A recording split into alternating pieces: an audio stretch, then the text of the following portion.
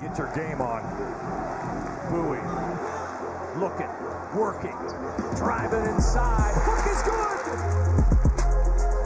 The improbable season has taken an impossible turn. Northwestern has beaten #1. I see you, Brooks. Stepping up big time. And the Wildcats getting ready to shine their dancing shoes.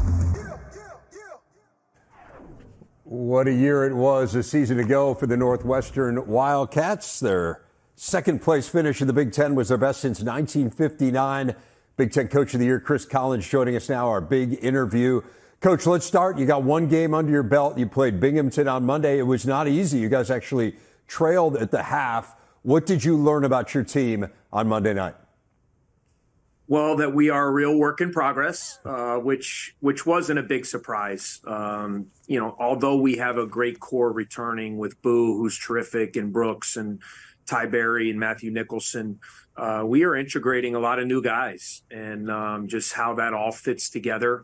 It takes time, and we got great guys. They're really getting along well. They're connected well, but certainly there's a lot of things we got to continue to clean up. I thought we weren't as great defensively as we needed to be in the first half. I thought we settled down as it got into halftime and held them to 22 points, which was really encouraging the second half. And the thing you always like to see, though, is just the ability to kind of gut it out and grind it out. Maybe when it's not going great, can you dig down and figure out a way to win? And I think that was the biggest thing I came out of it is that we got to get a lot better, but we have, the culture things in place to really dig down when we need to and find a way to win. You mentioned the defense, and that was kind of the signature of this team last year. You were just such a tough team, particularly in the half court, really made people work. As you said, particularly in the first half against Binghamton, that just wasn't the case. Did get much better in the second half. But what is the key to that, like to being a great defensive team? And you guys were a great defensive team a year ago. What does this team need to do to get to that level? Well, I just think defense is the one area of basketball where you really see the connectivity of five guys moving as one. And a lot of the things we do schematically, defensively, relies on everybody being in the right spot and having the trust of your teammate, to be where they're supposed to be if you're doing your job. And, I think we're still learning that. Our communication has to get better. I think that group last year, by the time we got, to the mid-season into conference play, they were just kind of so well drilled and connected and knew how to cover up for each other. And that's where we have to get. We're having some breakdowns in that area. And I know the guys want it. The will is there. The want to is there. We just got to keep getting experience, keep playing together.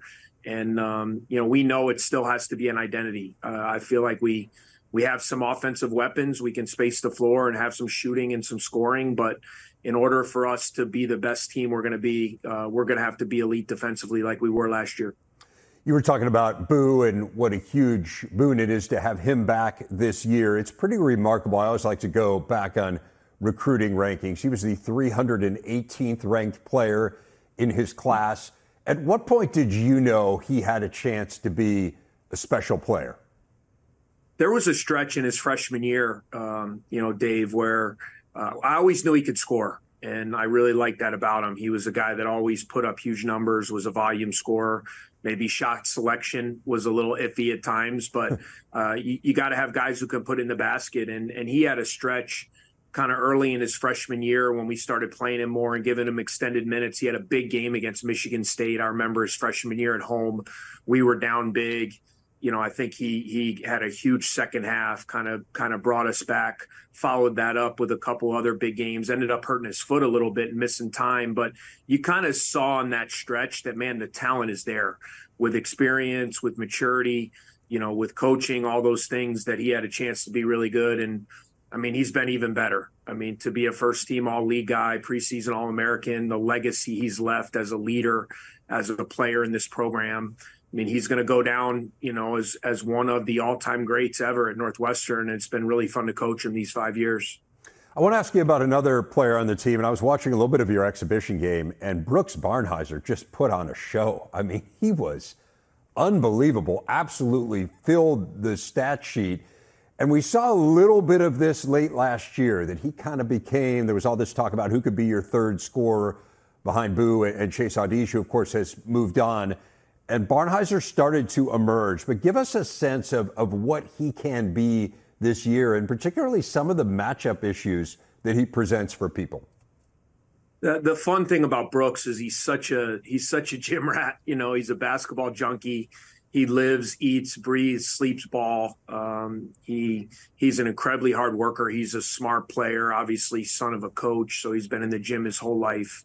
He's just so unique, Dave, with what you can do with him. It makes it fun as a coach creatively because he's so big and strong with guard skills. You know, he's 6'6", 225 pounds. He's physical. If you put a smaller guy on you, he can really punish you inside. If you try to put a bigger guy, he can come out and play off the dribble. You can put him in pick and rolls. You can just move him around and kind of play him all over the floor, which I think makes him very unique, very tough as a matchup guy. And certainly he's going to be a huge part of this team. You already saw our exhibition game. He was huge. Even the other night, you know, we had a stretch in the second half where the game was in the balance and Boo picked up his fourth foul with about 8 minutes to go. And, you know, we needed Brooks to kind of carry the load there until Boo came back those last 4 minutes, and he got 18 points, 13 rebounds. So, you know, he's excited about the opportunity. You know, he's worked hard. He's a guy that I think has a chance to have all league potential. And I said it last year, right? I mean, everyone asked me, you know, how could we be good? You know, we're going to be a good team if Boo and Brooks are all league players. You know, there's no question, and everybody else kind of fills their role around those two guys. I do want to ask you a little bit about last year, just in the context of the memories that it created. You know, it's fun to watch those highlights that we opened up this segment with, and just think about the energy that surrounded this team and the fact that you really came through in the clutch when you needed to. Is there a moment that will most resonate with you, that when people say, hey, talk to me about that 22-23 team, this is the first thing that pops into your head? I mean, there's a couple. I mean, it was such an incredible journey with a great group of guys who just bought in and believed in each other all year long. And I just kind of went along with the ride and tried to guide them in the right way. They were so determined, so tough. Obviously that Purdue game, I mean, was super special. Super Bowl Sunday, everything that it represented, the crowd we had that day, the court storming, the excitement, you know, that will always be a really special game. I think that last regular season game kind of was, you know, at Rutgers, playing in one of the most hostile environments in the conference. If you win the game, you come in second place. If you lose, you come in ninth. We had lost, I think, 3 in a row, 3 out of 4. And to go on the road and win that game, it kind of encapsulated what that team was all about. And then, you know, you always remember Selection Sunday when you're at a program that's only done it twice in, about 100 years, you know, to be with everybody that supports you and family and friends, and to celebrate going to the NCAAs and a historic feat. Those are probably 3 moments that will always stick in my head with that team. The last time you guys made the tourney, as you well know, the next year didn't go so well. I do think part of that was where you had to play. You didn't get to have a home court advantage that season, but still it was largely the same group of guys. I know you've been asked this a lot, but how do you avoid that with this group?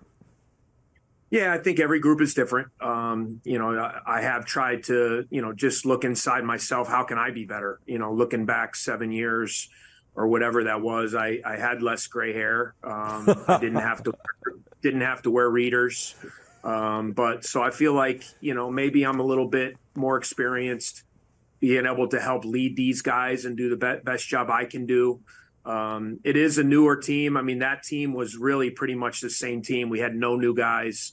I do think an influx of kind of new roles, new identities, kind of fresh personalities, you know, will help, you know, I think. But obviously it's going to be a tough slate. I mean, we got a huge game Friday night against a great Dayton team. We got a lot, you know, the Big Ten is going to be as grueling and as daunting as ever before. And we saw last year, you know, the fine line between 1 or 2 games being in second place versus 10th or 11th place. So we're going to have to be tough-minded. We're going to have to win close games. We're going to have to fight every night. But I've tried not to reflect too much with our current guys on that team because none of those guys were here, and I want every journey to be different. And, hopefully we can keep those environments in Welsh Ryan this year. They probably got us 3 or 4 wins just from the energy, the students, the fans. And we're going to need that again as we head into this schedule that we'll have to face. Get to the Dayton game in just a moment. I always like to kind of get to know our coaches when we have them on. I think for fans, this kind of stuff is fun. You are an avid golfer.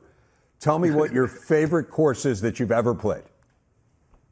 Well, I've been really lucky. I would have to say number 1, Augusta National. Got the late minute invite on a 1-day notice. They said, can you go?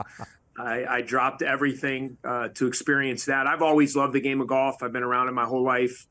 Augusta National. I'm a big fan of Bandon Dunes out in Oregon. Right. It's kind of my happy place. Golf is the one thing for me, that kind of gets me away from the grind of coaching. You get outside. My son's a really good player. We spend a lot of father-son time playing, but going out to the coast of Oregon and playing those courses and kind of getting away from it all, that's always a special trip. I've gone a few times. So I would probably say those 2. Who's your dream foursome, Chris, dead or alive? Gotta say Tiger Woods. Would love to be around that guy. My son, I would want him to be in there. And maybe MJ, he's a big golfer. That would be a pretty good foursome. Tiger, MJ, me, and my son. So that'd be a pretty fun day. And you would play it at the best course that you haven't played, which is what? Oh man, I've never done like I'd love to get over to Scotland and Ireland. Okay. That's kind of next on my list. St. Andrews, some of those iconic venues over there. Trying to cross them off before I get too old and can't move around. But that'd be pretty cool to get over there. I think that's next on my list. All right, give us a quick scouting report on Dayton. Oh, man, athletic team, terrific big man, Deron Holmes, one of the best bigs in the country. Really athletic, get after you defensively.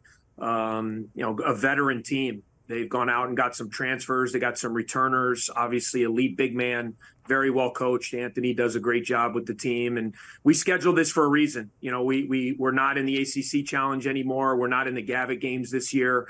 We knew we needed an early season test from a team we feel is going to be in the NCAA tournament. And it's going to be a really good barometer for us here in the first week to kind of see where we're at and where we need to go. Looking forward to watching that one on Friday night. Chris Collins, always enjoy catching up with you. Thanks a lot for the time. Thanks, Dave.